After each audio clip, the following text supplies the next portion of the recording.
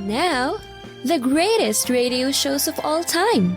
Suspense. The Shadow Node. Washington calling David Harding, counter-spy. Classic radio theater. The Great Gildersleeve. Fibber McGee and Molly. Dragnet.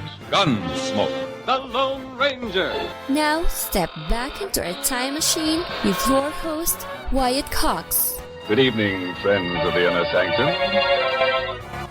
An episode of the West Coast program The Whistler. And this episode, originally broadcast on August 20th, 1945, sponsored by Signal Gasoline, is entitled X Marks the Murderer. Signal Gasoline. Let every traffic signal remind you, you do go farther with Signal Gasoline. Yes, you do go farther with Signal.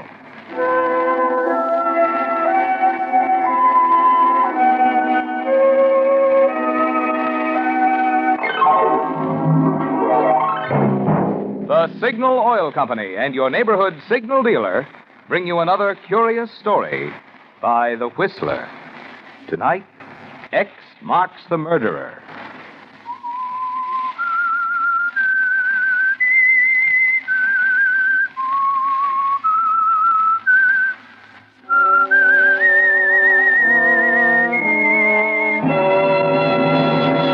I am the Whistler, and I know many things, for I walk by night. I know many strange tales hidden in the hearts of men and women who have stepped into the shadows. Yes, I know the nameless terrors of which they dare not speak.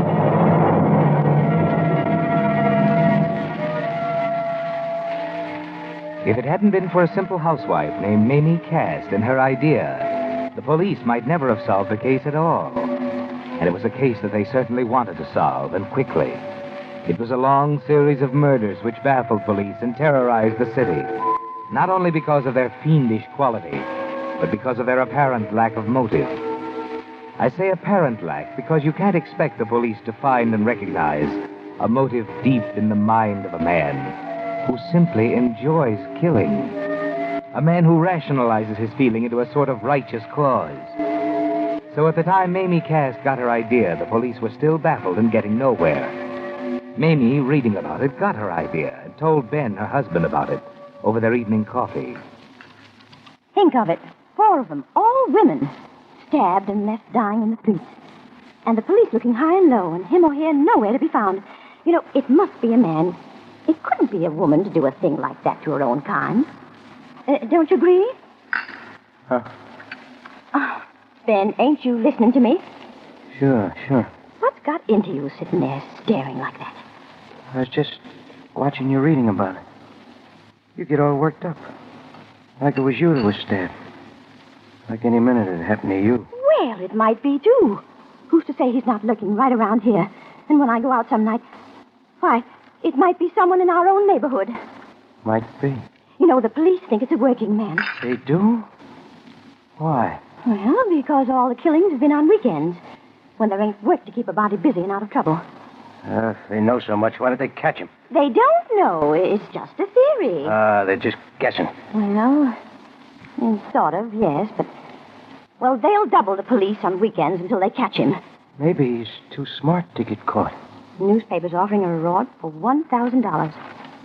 It says, this paper will pay $1,000 to anyone who can offer a clue which will lead to the arrest and conviction of the monster who's terrorizing the city. Monster? Is that what they call him? Well, what else would you call one who kills people like that? You know, we could use that $1,000, Ben. I want nothing to do with it.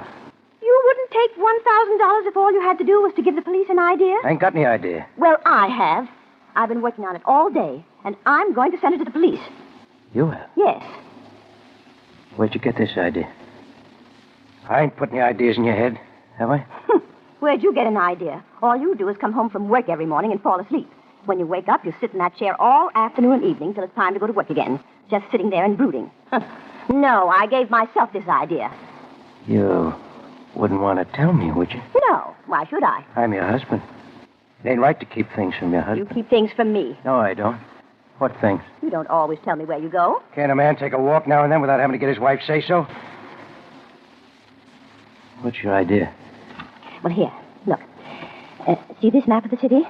Huh? See them 4 crosses? Yeah, what are they? Each one marks the place where a killing occurred. Anybody can make a map like that. Well, wait a minute, watch. When I connect those 4 points, it makes a square. Almost. That ain't so wonderful. Now, my theory is that whoever's doing the killings lives someplace inside that square. Oh, there's 500,000 people lives there. But he never strikes twice in the same place. I've got the idea that he goes out in a different direction from where he lives every time he wants to do away with somebody.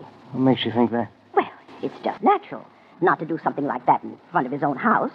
He'd go far away and in a different direction each time, so as not to have 2 happen in the same place, don't you see? And according to your figuring, where's he live? Somewhere in the middle of the square. Now, wait till I connect the opposite corners of the square. What's that for? He lives nearby where the lines cross. Now, look, come here. Let's see. Yeah, this one comes along 8th Street. And it crosses this one here.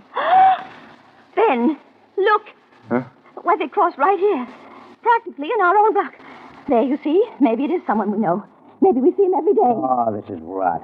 You ain't aiming to send this fool idea to the police. I am. Maybe it is rot. And maybe it's worth $1,000. Anyways, I'm going to try. Mamie, I'm warning you. Don't fool around with something that's none of your business. And why not? Got a feeling you might regret it.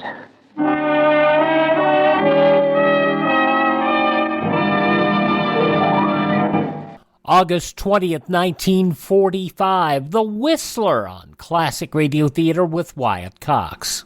Whether you're taking your pets on the road or a walk around the block, you need to be aware of heat stroke. Hi, I am Dr. Jose Arce, immediate past president of the American Veterinary Medical Association. It's important that pets get out and enjoy the warm weather and fresh air, but here are some reminders to help keep your pets safe in the heat. Tune into the day's forecast to see how hot it will be. Limit exercise on hot days or schedule walks earlier or later on the day when it's cooler. If outside, stay on the grass instead of the hot pavement.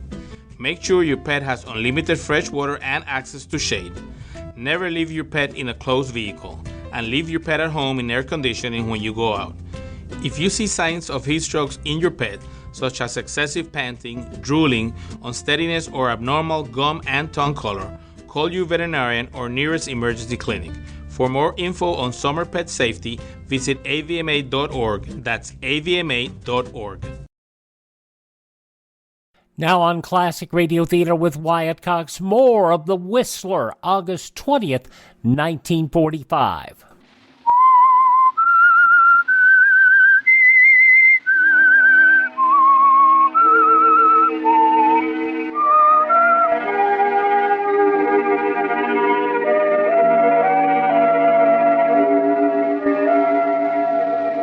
Yes, that was the beginning of the end of the atrocity murders that terrorized the city.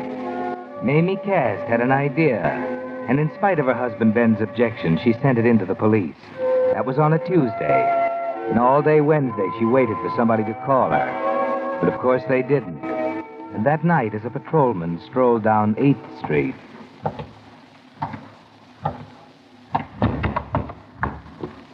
Blast it. Now, what's this? Hey there, there's no place to go to sleep. Come on, get up. Come on, I'll get up. I'll give you a hand. Come on, up you come. Something wrong here. Mother in heaven. Another one.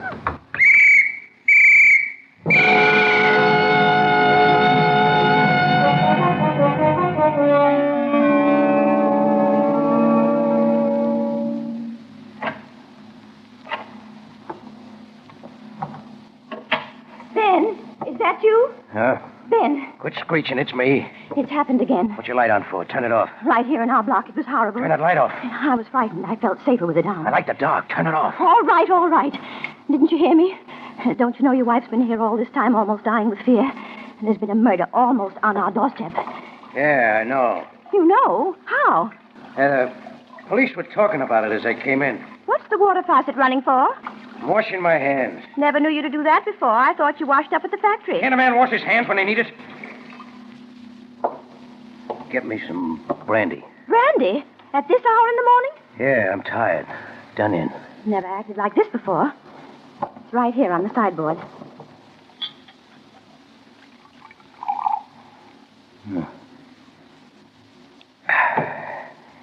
Yeah, it's better. Yeah, you better have some. I will have a drop. And now what do you think of your fine theory? This time it didn't happen on a weekend. I wonder why. All the others did. You said he lived in this block, went far away in a different direction. Maybe you ain't so smart after all. You better stick to your dishes and housework and not dream about rewards. I'll dream if I want to. And if I get another idea, I won't tell you about it. I'm going to bed. Will you be coming? Pretty soon. I'll be along as soon as I wash my hands.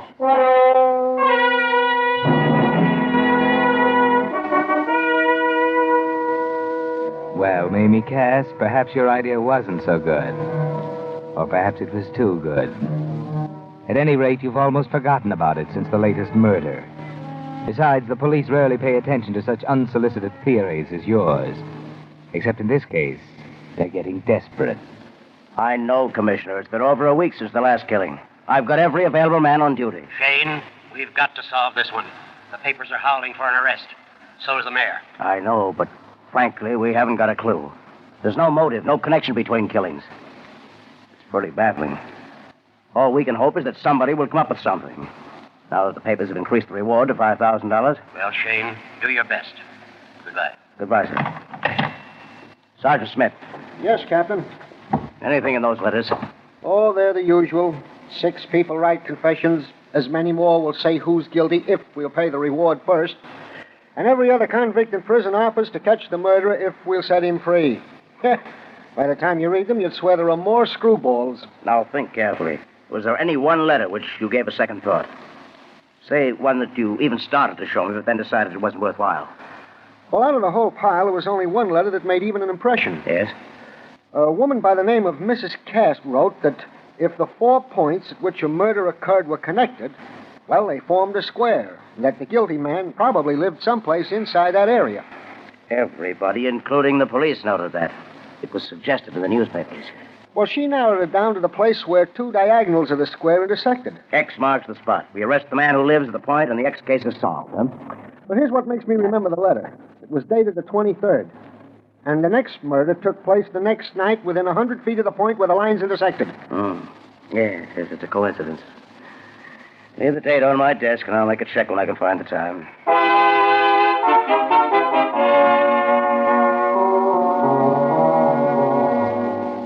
Now, Mamie, perhaps your theory will get a try, but only when Captain Shane gets around to it. And in the meantime, a certain change of attitude is coming over you. Yes, there's a new and strange thought coming into your mind. And tonight it begins to take real shape. When Ben went to work tonight, he forgot his lunchbox, so you follow him to the factory to deliver it. After all, he'll get pretty hungry before morning. Are you the timekeeper? Yes, ma'am. What can I do for you? My husband went off and forgot his lunch, and I'm bringing it to him. Oh, what's his name? Cast. Ben Cast. He's in the grinding shed. I-J-K. Cast. Ben, yeah. Well, he didn't punch in tonight. You mean he ain't here? That's it. He's not working tonight. But he always goes to work. Maybe he's got a date with a blonde. He, ain't stayed away before, has he? Now, wait, and I'll check. Ain't supposed to, but seeing you're his wife, I guess it's okay. No, he's pretty regular. Missed only once before this month. When was that? Last week. Wednesday 'twas. Last Wednesday. No, not Wednesday. Well, here's the card. Clock doesn't lie. Hey, what's the matter? You look pale. You ain't going to faint. Wednesday.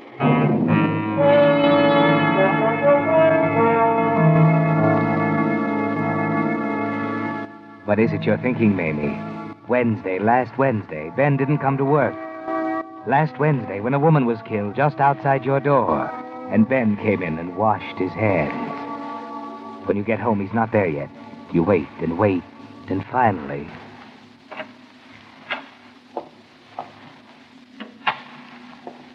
Ben. Huh? You still up? Yes. There's, been another? Yeah. Don't pester me with questions. I'm too tired. I won't, Ben. Oh, I left the brandy on the table for you. Yes, Mamie. Now you're beginning to understand. And now you know your plan was too good. Too good.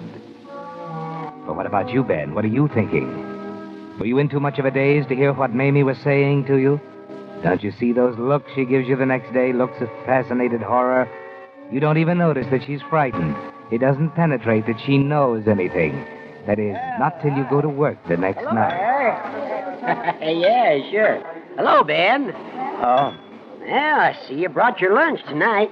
What do you mean? I could eat, don't I? Well, you forgot it last night. Your wife brought it down. My wife was here last night? Yeah. Brought my lunch basket? Hmm? She knows I wasn't to work? That's right. And she seemed a little upset about it. Hey, where you going? Straighten things out before it's too late. I'm going home.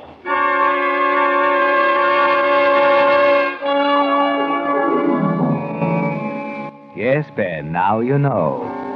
Now the danger signals penetrate through your numbed consciousness, and you're going home to Mamie fast.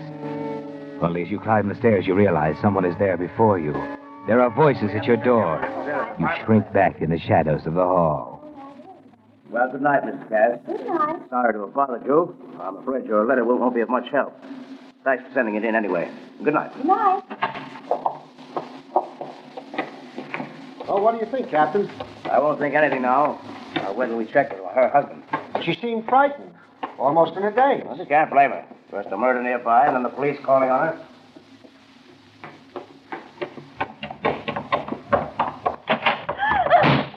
Ben, you're home. What those men want? Well, they just came to ask about the letter. It doesn't mean a thing. They check up on all letters like that. You were right, Ben. The idea wasn't any good. They ask about me. Yes, but just what they call routine questions. What you did, where you worked, and how long we'd been married, and, things like that. You told them? Oh, yes, I had to. And did you tell them I didn't go to work last Wednesday? No, I didn't tell them that. You know, don't you, Mamie? No. You don't have to tell me where you were. I'm not asking you anything, Ben. How'd you know the other night when you asked me if there'd been another one? It was in the newspaper. Wasn't in the papers when you asked me. Then it wasn't in the papers when you told me. It's you. You're the monster. No, don't call me that. No. I'm not. Monster. That's what you are. You, a woman who'd sell a husband for $1,000. I never said a word. You. Ben, please, put down that knife. You. I swear I'll never say a word. I'll never tell a soul. You've set the police on my trail. No. They'll go to the factory and find I wasn't at work. And they'll be like a pack of hounds sniffing and baying at me and let me have no peace. I can save you, Ben. I know I'm only a woman, but I can throw them off the scent. How can you? It don't prove anything. You're not being at work. And when they come back to check, I'll tell them you were with me every minute of the time. Don't you see, Ben? You need me. I need you. Yes, more now than you ever did. You need someone who can swear to where you were those nights you weren't at the factory. I'm the only one who can do that. The only one who will do it. Yeah, that's right. I'll have to tell him I was someplace. But you'll have to have someone to back you up.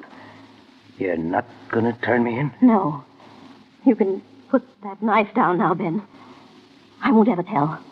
I'm your alibi now. Without me having the chance, I'm your alibi.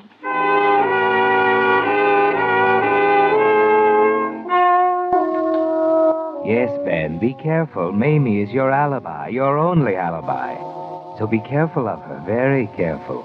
Stay at home. Watch her closely.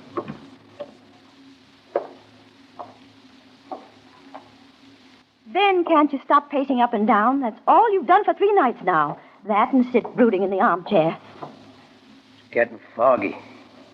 Heavy black fog. Can't see the street light. Ain't it about time you started for work? Ben! What'd you say? I said, ain't it about time you started for the factory? I won't be going to the factory tonight. Not going to... What's come over you? You'll call the factory and tell them I'm not coming in tonight. Don't make me do that. You'll do as I say. All right. But don't go out. Not again. Not another one. What difference does it make? Oh, no. Rotten world anyway. Oh, no. You're better off out of it. We'd all be. But Ben... Call the factory. Tell them I won't be there. I'll be back in the morning. No, Ben, come back! Don't go! Ben!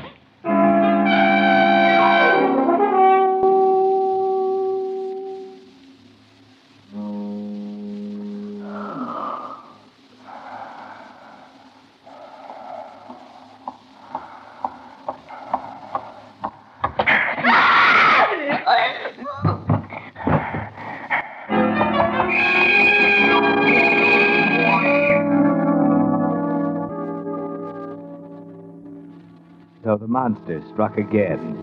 For the last time. You didn't know that, Ben, but it was for the last time. Yes, it might not have been if it hadn't been for Mamie's idea and her letter to the police. And the train of thought it started in the mind of Captain Shane of the Homicide Squad. You think we've got enough to make an arrest, Captain? Not yet. We've got nothing new. But I hope to after I've questioned him.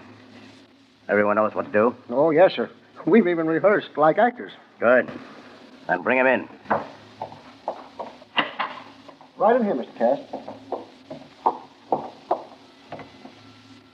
Sit down, Mr. Cast.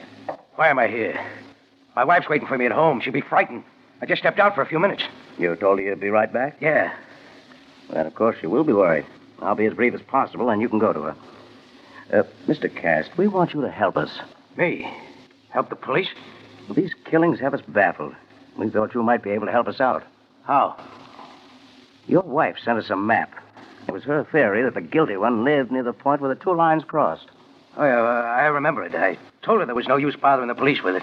August 20th, 1945, The Whistler. The conclusion next when Classic Radio Theater with Wyatt Cox continues. You ever make a change and then think, why didn't I do this years ago? Well, that's how people feel about switching to Medishare for their health care, especially now with inflation the way it is. People are very happy with the savings. Most families save about $500 a month when they switch. It's a huge help when prices are going up so fast in so many other areas. And Medishare's customer satisfaction rate is double that of health insurance. It's just a different experience, and people really like that. Medishare is an alternative to health insurance. It's a community of Christians who share each other's healthcare bills, and it's been going strong for over 25 years. It really is the gold standard, the most trusted name in healthcare sharing. Find out why people love it, find out why they rave about the customer service, and find out how good it feels to save some money right now. They're super easy to talk to. Here's the number, 833-34-BIBLE. That's 833-34-BIBLE, 833-34-BIBLE.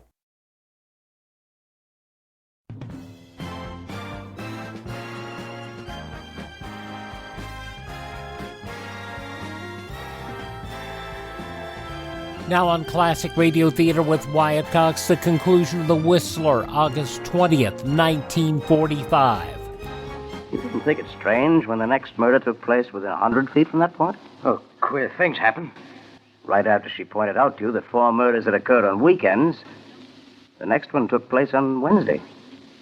That was the first night you had missed going to work in 6 years. Why, I didn't feel well. I stayed home. A week later, on a Thursday, there was another murder. That was the second time in 6 years that you didn't go to work. Oh, I don't remember. I did stay home again. It might have been at night. Your wife knew, of course, that you were staying home. Of course. She always knows when I stay home. Then why did she take your lunchbox to the factory that night? She brought my lunch? Yeah. Oh, yeah. Yeah, I remember. When I got to the factory, I found I'd come off without my lunch, so I went back after it. When I got home, it wasn't there, and I knew my wife had taken it to the factory. I waited for her to come home, but she took so long I didn't bother to go to work. I stayed home. Tonight, about an hour ago, a woman was killed. And tonight you weren't at work, Mr. Cast. Where were you an hour ago? I was home. I was just leaving on an errand when your men come up and asked me to come down here. Oh, I'm sorry. My man must have thought you were coming home, not leaving. That's a very serious mistake on your part, Sergeant Schmidt. You must be more careful about such things. I'm awfully sorry, sir. I accept my apologies, Mr. Cast. Now, Mr. Cast, we're not questioning your word, but I'm sure you'll agree that you'd be in a better position if you could prove just where you were. By that, I mean, have some witness who could swear that he saw you. You mean an alibi? Yes, that's right. My wife will prove everything I say is true. And where will we find your wife? Why, at home, of course, where I left her. I'm afraid not, Mr. Cast. We tried that, and she wasn't there. Not there? In fact, I think I can safely say that your wife will never prove what you say. Your alibi is worthless, Mr. Cast.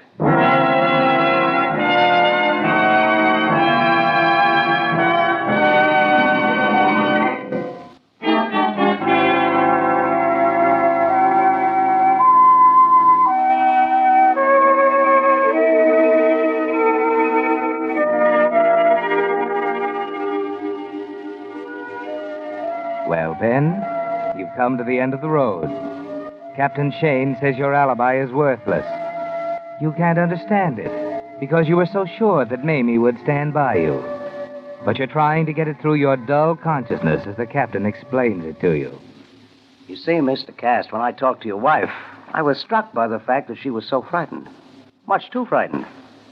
When I checked up on you and found out about your absence from work, I began to understand why. She was afraid of you. Me? But Mamie... I came back again to check with her. You came back? While you were at work. She swore you had been at home with her, but she was even more frightened. Then I knew that she not only feared you, but loved you enough to protect you. And I knew that unless she broke down and helped us, we'd never be able to prove that you were the guilty man. Me? Well, I don't know what you mean. I think you do, Mr. Cast. And I think now that we can prove it. Now that your alibi is gone. What have you done to Mamie? Where is she? Right outside, Mr. Cast. Sergeant, bring in Mrs. Cast. Yes, sir. Enter.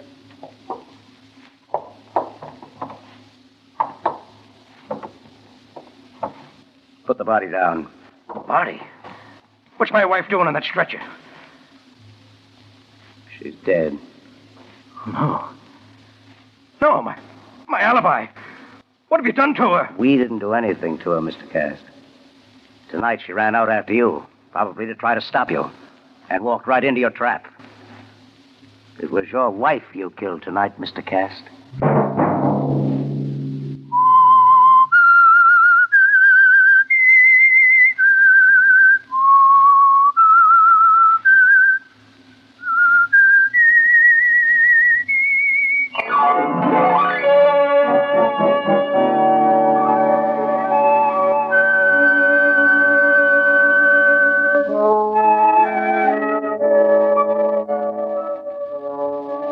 Next Monday at 9 o'clock, The Whistler will bring you another strange tale. The Whistler is broadcast for your entertainment by the marketers of Signal gasoline and motor oil and fine quality automotive accessories, and by your neighborhood Signal dealer. This program, directed by George W. Allen, with tonight's story by Joseph Cochran, music by Wilbur Hatch, is transmitted to our troops overseas by the Armed Forces Radio Service. This is Marvin Miller speaking. Killed his own alibi, August 20th, 1945, The Whistler on Classic Radio Theater with Wyatt Cox. Now for Bill, who just enjoys Jungle Jim. Here's an episode of The Adventures of Jungle Jim. Of course, this promoted the newspapers each week. August 20th, 1938.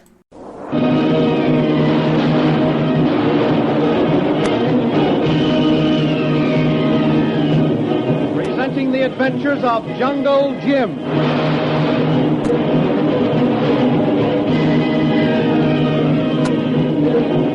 The Adventures of Jungle Jim, broadcast weekly over this station, are based upon the action pictures which appear in the Comic Weekly, the full-color comic supplement which is delivered to you every week with your Hearst Sunday newspaper.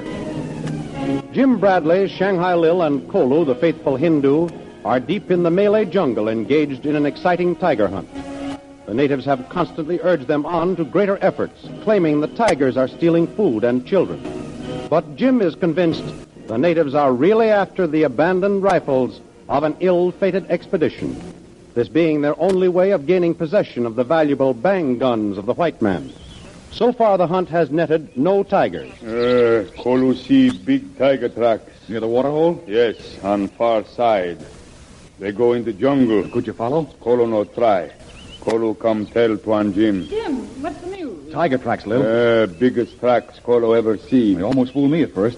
I tried to follow them, but the grass and all... Oh, that's a good way of committing suicide. Those beasts are smarter than natives at doubling back. They get some bamboo, Kolu. We'll build a platform. So at last we're going to have some action. Maybe, Lil. I tried to get Harvey to go on a hunt while we were in Borneo. Why wouldn't he? Because we couldn't go on unless we both had guns, and he didn't want me to have one. Lil, a woman without a gun is more dangerous than a tiger. Oh.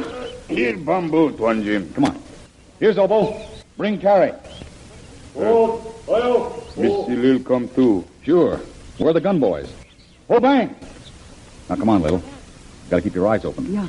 This old gentleman might slip up while we're setting the stage for the show. And we get the canteens, too. Might as well fill them at the waterhole while we're there. Boy, Take big carry bamboo. Fill platform. Shoot tigers. Let's see now. Guns, canteen, bamboo. Okay.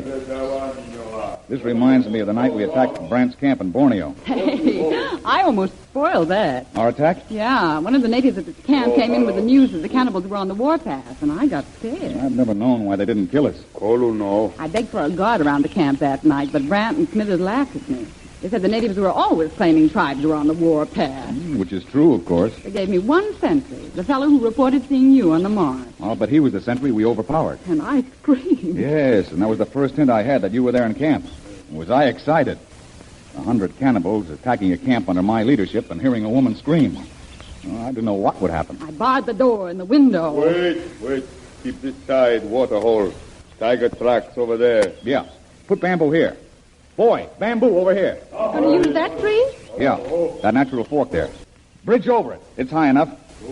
No tiger should be able to reach it. Tracks very big. Maybe these native stories are true. Kolu climb tree with native. Make platform now. Sure. Up, Zobo. Better take those clamps with you to tie up the sticks. I'll fill the canteen. Okay. Here, I'll take the gun. Kolu, go up first. Make frame. Boys, throw bamboo up. Jim, come here. What's the matter? Fall in? No. Look. What? Footprints. That's a human foot. But only 3 toes.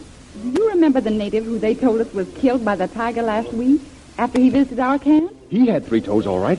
But is that track a week old? No, Lil. That track was made last night. I can't figure it out. There's something funny. What could he gain by our thinking he was dead? What do we care? Native minds work in funny grooves. We'll just have to keep on our guard is all. Whatever happens, we've got to be ready. Mm-hmm. Isn't the water clear? Yes, but don't fall in that little hole, Lil. You might be surprised at its depth. It turns a bright blue down in there at noon. And an emerald green at dawn. And a burning gold at sunset. And the tigers come to gaze at themselves. Fill the canteens, Lil. Sure. A little further on the end there, Colo. Lil and I will both be up there. Yes, it's one. More stick. Yeah, that's it. Put 4, maybe a dozen out there, Colo. Yes, it's one. Oh, that's going to be swell, and it's safe up there, too. No tiger could jump that high. We aren't intending to let them try. Some of the bigger ones have leaped that high in their time, though. One, Jim. Kolu see track. Big tiger. Colo, what are you doing? Trying to scare us? More on the end there, Colo. That limb will hold us all right. One time, Colo and I built a treehouse in Borneo. And when we woke up in the morning, there were 7 snakes there with us. Oh, I hate snakes. Fortunately, none of them were poisonous. That wouldn't make any difference to me. It would if one had struck you. No, it wouldn't, because if the poison didn't get me, I'd die of fright anyway. Oh, that's enough. A couple across this side to strengthen it. I saw a native once killed by a boa. Funny world we live in. Dog eats dog. But nobody has learned to do it with the efficiency of a civilized man. He's not going to put on a balcony, too, is he? Balcony? Oh, no. No, that's an old trick of Colo's. That extra stick up above, well, you can use it as a handrail to rest for your gun, or a stick, if you should need it, to poke down some animal's throat. Okay, Colo. That's very good. Is it solid? Very good. Solid. Now all we need is a pedigreed tiger. Listen, lady, that's all they have down here. Night come soon. One Jim, Missy Lil, one stay a while. Kolu go back camp, fix dinner.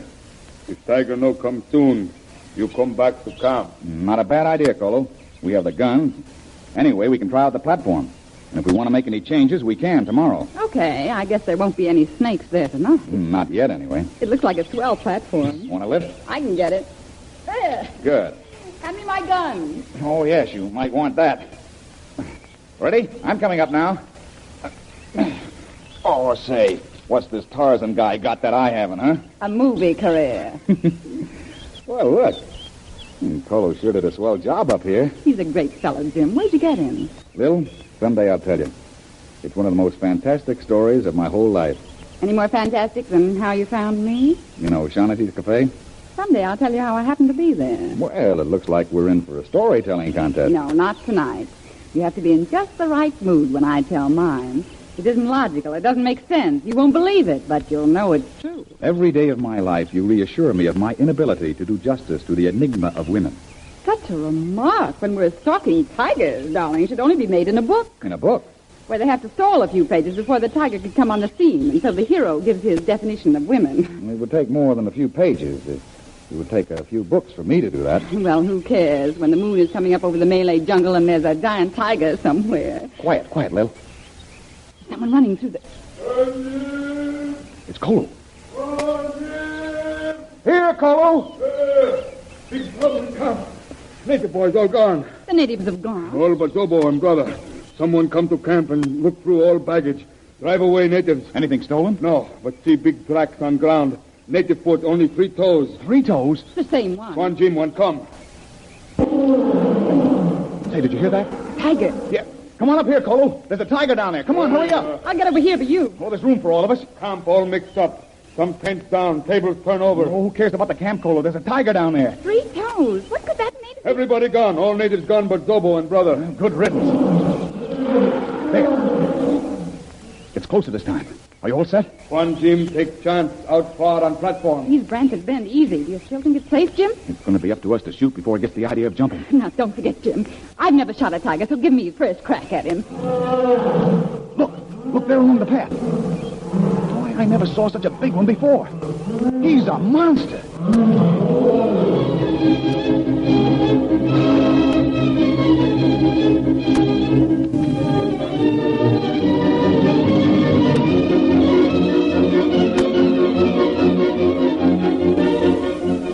As the jungle beast stealthily pads into view, Jungle Jim, Lil, and Colo sit tensely awaiting the moment when the tiger will spring into the air. The victim or the victor of this jungle combat. For the moment, the mystery of the attack on their camp and the marking of the human foot with 3 toes have vanished from their minds.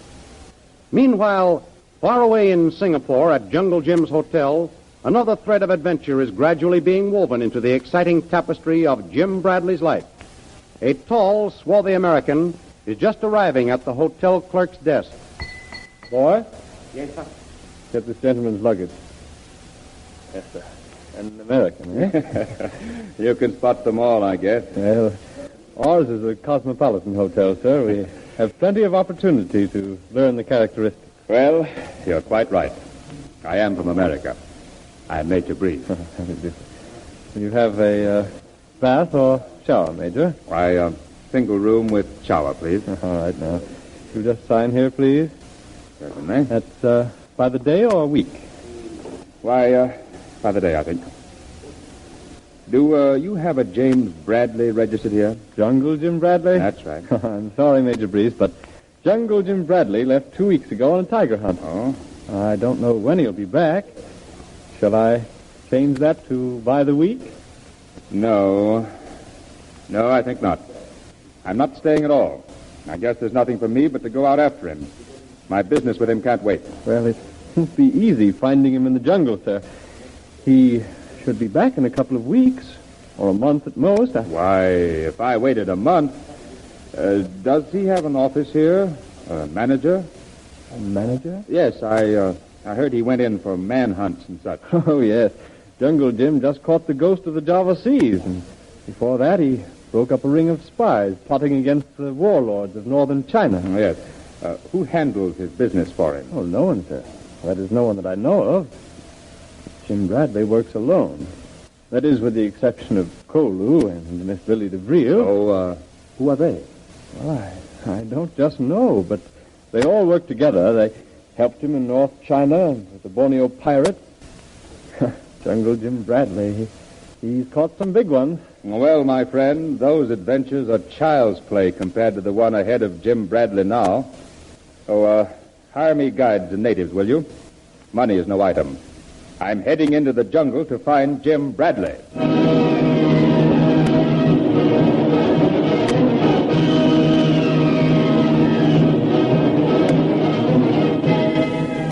If the Borneo pirates and the northern China warlords were only child's play compared to Jungle Jim's next adventure, we don't envy him what's ahead for him. But before Major Breeze can reach him, there is a giant tiger to be silenced, and that's a little job which is not child's play either. So we'll see what happens when we hear the next chapter in the exciting adventures of Jungle Jim. The adventures of Jungle Jim, pictured in full colors in the Comic Weekly, which comes to you every week with your Hearst Sunday newspaper, is but one of the entertainment features in this great comic supplement. Containing the world's largest comics and adventure stories, the Comic Weekly is filled with entertaining and amusing action pictures appealing to all the family. There's Barney Google, The Little King, Jiggs and Maggie, The Katzenjammer Kid, The Exciting Adventures of Flash Gordon and Jungle Jim. These and others are to be found every Sunday in the Comic Weekly, the full-color comic supplement, which is included with your Hearst Sunday newspaper. More thrilling radio adventures of Jungle Jim next week on this station at the same time. Be sure to tune in.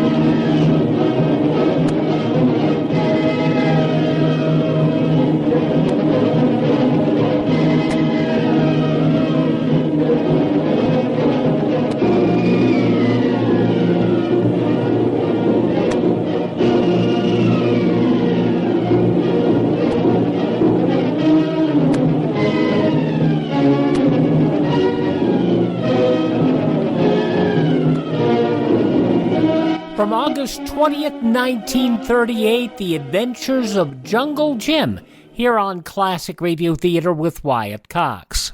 And while it was an entertainment show, it was by and large an infomercial, wanting people to pick up their local Hearst newspaper. And of course, even in 1938, there were many communities that had 2, 3, 4 newspapers at that time. And many times Hearst also owned in the big cities a radio station or had contacts with a radio station, so they aired it. So there you go, Jungle Jim.